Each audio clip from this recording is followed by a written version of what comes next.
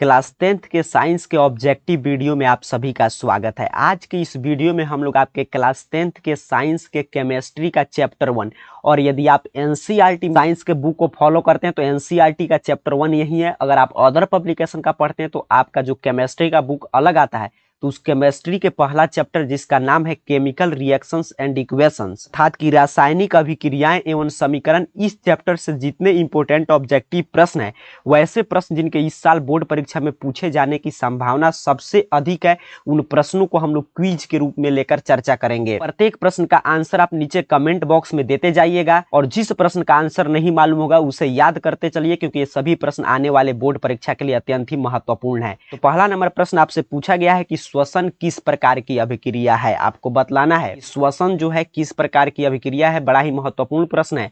Option A कह रहा है उपचयन अभिक्रिया, ऑप्शन बी है संयोजन अभिक्रिया, ऑप्शन सी है ऊष्माक्षेपी, ऑप्शन डी है ऊष्माशोषी। आपका समय शुरू हो चुका है। तो इस प्रश्न का राइट आंसर हो जाएगा ऑप्शन सी ऊष्माक्षेपी। आप जानते हैं कि रासायनिक अभिक्रिया के काफी प्रकार होते हैं, जिसमें से एक प्रकार है ऊष्माक्षेपी अभिक्रिया। वैसी अभिक्रिया जिसमें उत्पाद के निर्माण के साथ साथ ऊष्मा भी उत्पन्न होता है, उसे हम ऊष्माक्षेपी रासायनिक अभिक्रिया कहते हैं। और चूंकि श्वसन अभिक्रिया में भी ऊर्जा उत्पन्न होता है, ऊर्जा निकलता है, इसीलिए श्वसन को हम कौन अभिक्रिया कहेंगे? ऊष्माक्षेपी रासायनिक अभिक्रिया। चलिए आगे बढ़ेंगे। दूसरा नंबर प्रश्न आपसे कह रहा है कि रासायनिक अभिक्रिया में भाग लेने वाले पदार्थ को क्या कहते हैं।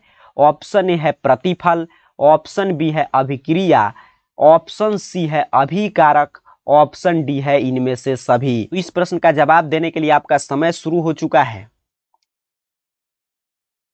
तो इसका राइट आंसर हो जाएगा ऑप्शन सी अभिकारक। रासायनिक अभिक्रिया में जो पदार्थ भाग लेते हैं उसे अभिकारक अर्थात कि रिएक्टेंट कहते हैं, और जो पदार्थ नया पदार्थ बनता है रासायनिक अभिक्रिया के बाद उसे हम उत्पाद अर्थात कि प्रोडक्ट के नाम से या प्रतिफल के नाम से जानते हैं। चलिए आगे बढ़ेंगे। तीसरा नंबर प्रश्न आपसे पूछा गया है कि आलू चिप्स की थैली में कौन सी गैस भरी रहती है। बड़ा ही महत्वपूर्ण प्रश्न है। ऑप्शन ए है ऑक्सीजन, ऑप्शन बी है नाइट्रोजन, ऑप्शन सी है हीलियम, ऑप्शन डी है मीथेन। इस प्रश्न का जवाब देने के लिए आपका समय शुरू हो चुका है। नीचे कमेंट बॉक्स में जवाब दीजिए। तो इसका राइट आंसर हो जाएगा ऑप्शन बी नाइट्रोजन। आलू चिप्स की थैली में नाइट्रोजन गैस भरी रहती है।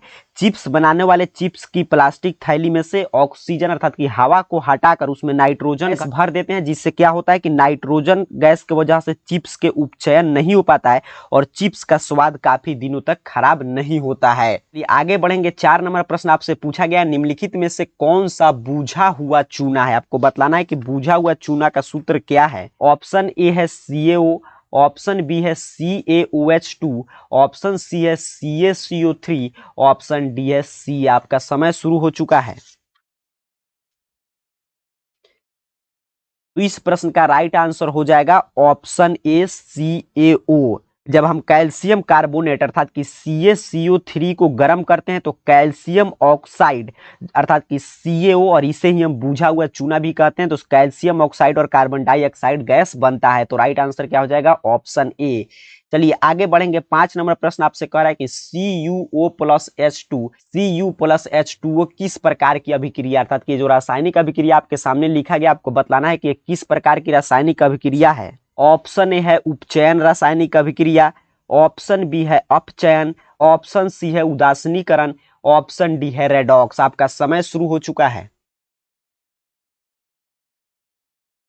तो इसका राइट आंसर हो जाएगा ऑप्शन बी। देखिए जो यहाँ पे जो रासायनिक समीकरण लिखा गया, उस रासायनिक समीकरण में यही बताया जा रहा है कि जब गर्म कॉपर ऑक्साइड के ऊपर हाइड्रोजन गैस हम प्रवाहित करते हैं तो लाल भूरे रंग का कॉपर धातु तथा जल प्राप्त होता है। तो Cu देखिए अभिकारक में था, प्रतिफल में Cu हुआ अर्थात कि ऑक्सीजन गायब हो चुका है। और जिस रासायनिक अभिक्रिया में आप जानते हैं ऑक्सीजन का ह्रास हो और हाइड्रोजन का योग हो तो उसे हम बोलते हैं अपचयन रासायनिक अभिक्रिया। तो राइट आंसर हो जाएगा ऑप्शन बी। आगे बढ़ेंगे। 6 नंबर प्रश्न आपसे कह रहा है निम्नलिखित में से कौन द्विविस्थापन अभिक्रिया है। ऑप्शन ए आपको दिखाई दे रहा है 2H2+O2 2H2O, ऑप्शन बी आपके सामने है, इसी तरह ऑप्शन सी पे ध्यान से देखिएगा, और ऑप्शन डी भी आपके सामने है। बताना है कि इस चारों में से कौन जो है द्विविस्थापन अभिक्रिया का उदाहरण है। आपका समय शुरू हो चुका है।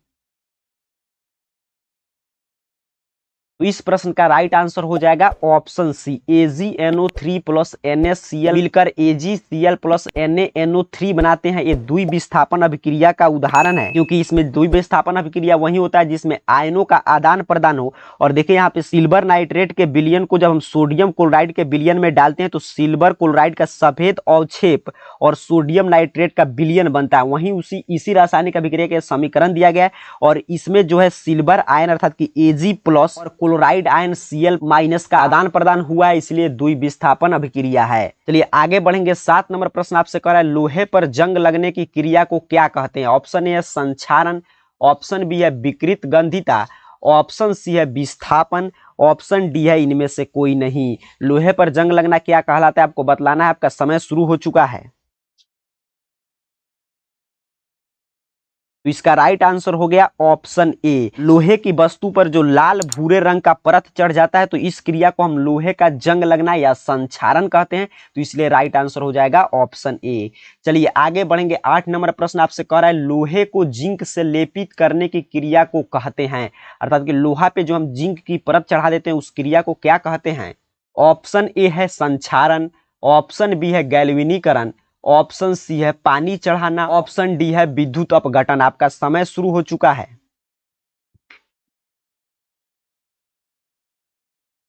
तो इसका राइट आंसर हो जाएगा ऑप्शन बी गैल्वेनीकरण। लोहे को संक्षरण होने से बचाने के लिए अर्थात कि लोहे पे जंग ना लगे इसे बचाने के लिए हम क्या करते हैं, लोहे के ऊपर एक पतली जिंक की परत चढ़ा देते हैं जिसे हम गैल्वेनाइजेशन या गैल्वेनीकरण अभिक्रिया कहते हैं। चलिए आगे बढ़ेंगे। 9 नंबर प्रश्न आपसे पूछा गया है संतुलित रासायनिक समीकरण विज्ञान के किस सिद्धांत पर आधारित होता है, या इसे आसान भाषा में पूछा जाए तो यही प्रश्न पूछा है कि रासायनिक समीकरण को हम संतुलित क्यों करते हैं।